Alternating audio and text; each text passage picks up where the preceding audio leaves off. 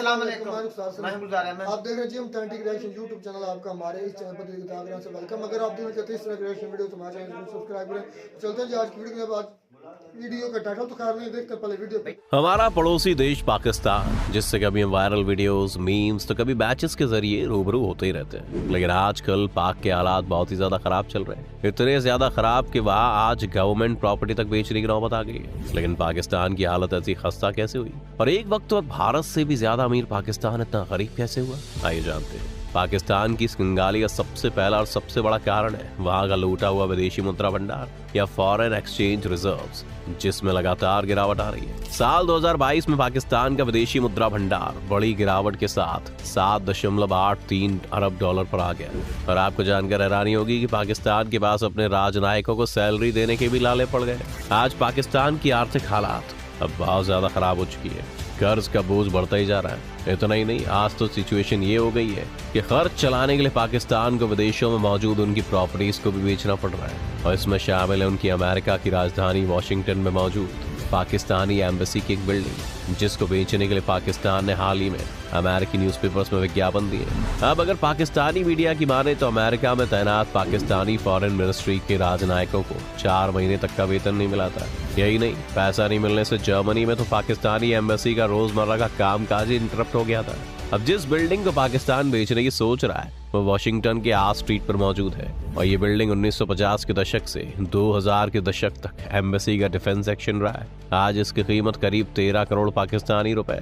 अब इतने रुपए का पाकिस्तान क्या करेगा, ये मामला समझ नहीं आता। बता दें कि ये बिल्डिंग पिछले 20 सालों से खाली पड़ी है और काफी खस्ता हाल है। अब ऐसे क्या दिन आ गए पाकिस्तान के, उसे सिर्फ 13 करोड़ रुपए के लिए बिल्डिंग बेचनी पड़ रही है। तो आपको बता दें कि पाकिस्तान के ऊपर IMF, वर्ल्ड बैंक, चीन और बाकी देशों से मिलाकर कर्ज उसकी कुल GDP का 70% तक पहुंच चुका है। साफ भाषा में कहें तो पाकिस्तान आज बिकने की कगार पर आ गया है। पाकिस्तान में फैले भ्रष्टाचार, पॉलिटिकल इंस्टेबिलिटी और सेना का देश की राजनीति में हद से ज्यादा दखल तो उसकी हालत और खराब कर रहा है। द एक्सप्रेस ट्रिब्यून की एक रिपोर्ट के मुताबिक पाकिस्तान पर अगस्त 2022 तक कुल कर्ज और लायबिलिटीज करीब 59.7 लाख करोड़ पाकिस्तानी रुपया था, और पिछले साल फाइनेंशियल ईयर के कंपैरिजन में 11.9 करोड़ रुपए यानी कि 25% ज्यादा है। अब आमदनी अठन्नी और खर्चा रुपया वाला हिसाब यहाँ दिख रहा है।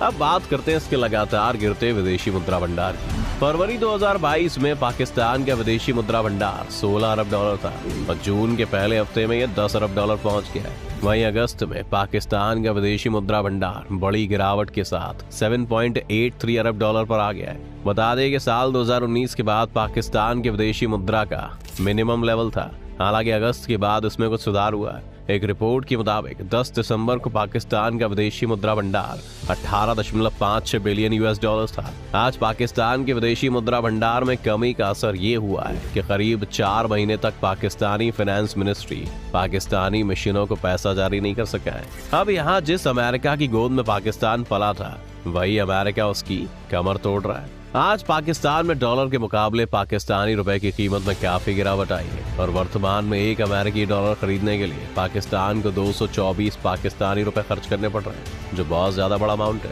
अब ऐसे में पाकिस्तानी करेंसी में गिरावट आना भी पाकिस्तान की इकोनॉमी पर बहुत बुरा असर पड़ रहा है। अब बात करते हैं यहाँ की महंगाई दर की। तो आज पाकिस्तान का इकोनॉमिक डेवलपमेंट लगभग रुक चुका है, और ये ऐसे पता लगता है कि वर्ल्ड बैंक ने अपनी एक रिपोर्ट में फाइनेंशियल ईयर 2023 में पाकिस्तान की GDP के सिर्फ 2% की गति से बढ़ने का अनुमान जताया। अब विश्व बैंक का अनुमान है कि आने वाले दिनों में पाकिस्तान के 90 लाख लोग गरीबी की चपेट में होंगे।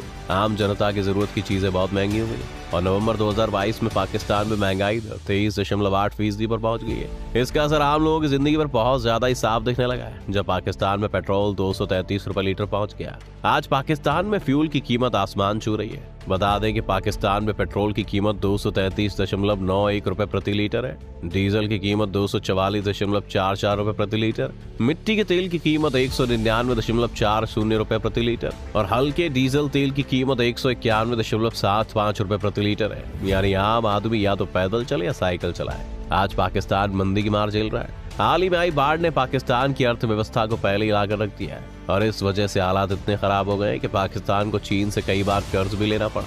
और यही वजह है कि आज वहाँ फ्यूल खरीदने में नहीं बल्कि सब्जियां तक खरीदने में आम आदमी की जेब ढीली हो रही है। पाकिस्तान की सरकार इस समय अजीब ही दुविधा में। एक तरफ तो देश में सब्जियां और बाकी चीजों के दाम बढ़ते ही जा रहे हैं और दूसरी ओर कंटेनर्स कराची बंदरगाह पर अटके हैं। व्यापारियों का कहना है कि सरकार के इस रवैये से सब्जियां सड़ जाएंगी और फिर हालात और मुश्किल हो सकते हैं। पाकिस्तान की सरकार इस समय बहुत ज्यादा मुश्किल में है और वो ये डिसाइड नहीं कर पा रही है कि देश में जारी फूड सप्लाई क्राइसिस का सोल्यूशन करे या फिर अपना विदेशी मुद्रा भंडार बचाए।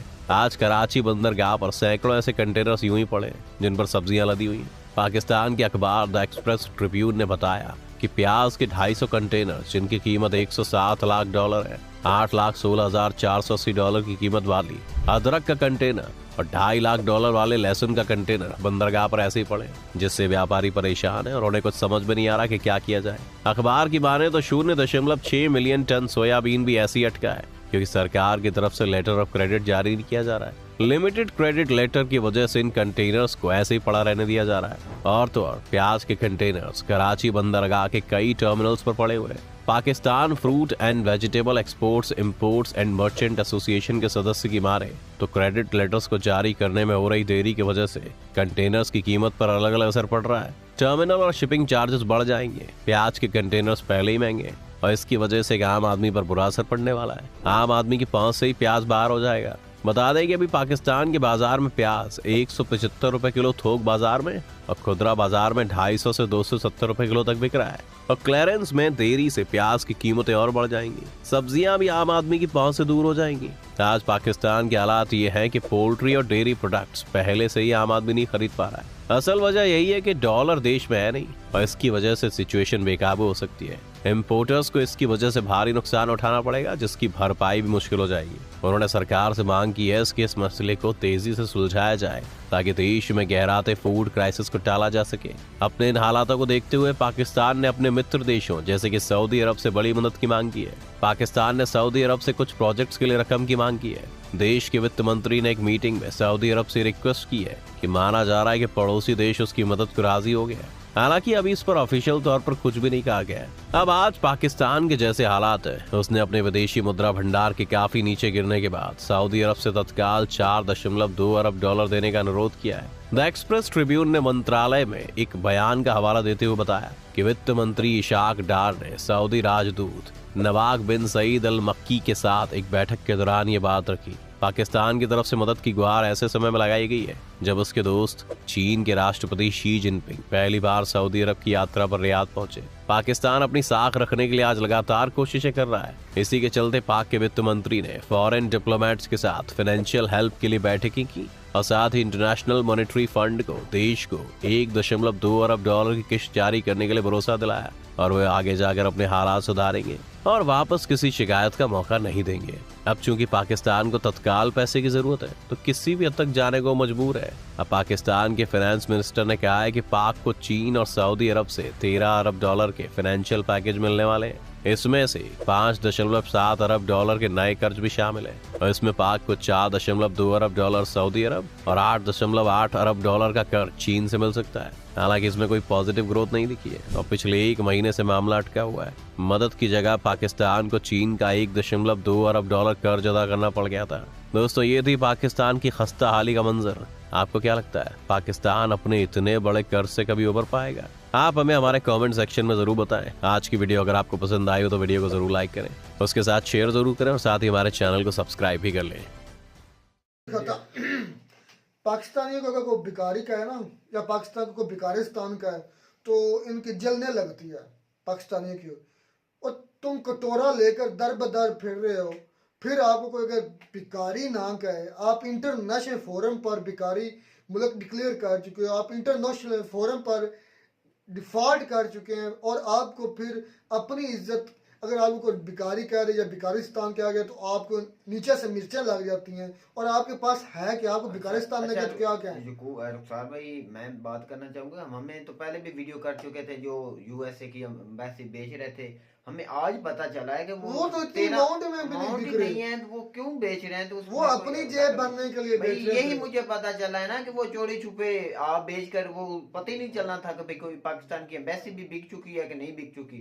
तो भाई काफी अरसे से वो बात कह रहे हैं बंद पड़ी है, वो खंडर पड़ी हुई है, तो उस पर इसलिए बेच रहे कि चोरी छुपे वो शहबाज शरीफ बेच रहा है। मैं कह रहा हूँ अब पाकिस्तान अपनी प्रॉपर्टीज बेचकर अपने मुल्क को चलाएगा, अपने 13 करोड़ से क्या होगा, कर्जा उतर जाएगा। ये तो बात है। अपने करप्ट जजेस, अपने करप्ट टेक्नोक्रेट्स, अपने करप्ट पॉलिटिशियंस को, अपने करप्ट सेनेटर्स को, अपने करप्ट एमपीएस को, अपनी पाकिस्तान के जो पाकिस्तान के खून पसीने, पाकिस्तान के टैक्सी से बनाई की चीजें, उनसे उनको बेचकर अपने करप्ट सिस्टम को देगा। इमरान खान साहब के दौर में ऐसे बातें नहीं होती थी। जो सोयाबीन कराची की बंदरगाह पे पड़ा, उसको 1 माह हो चुका है, और हमारे यहाँ इधर गोश्त का जो मुर्गियों का वो बहुत ज्यादा रेट हो चुका है, और अंडे का जो है वो सोयाबीन को क्लियरनेस दे रहे हुकूमत जो है वो अपनी 480 का मैंने चला गया चिकन 480 रुपए का किलो। सोयाबीन की क्लियरेंस क्यों नहीं मिल रही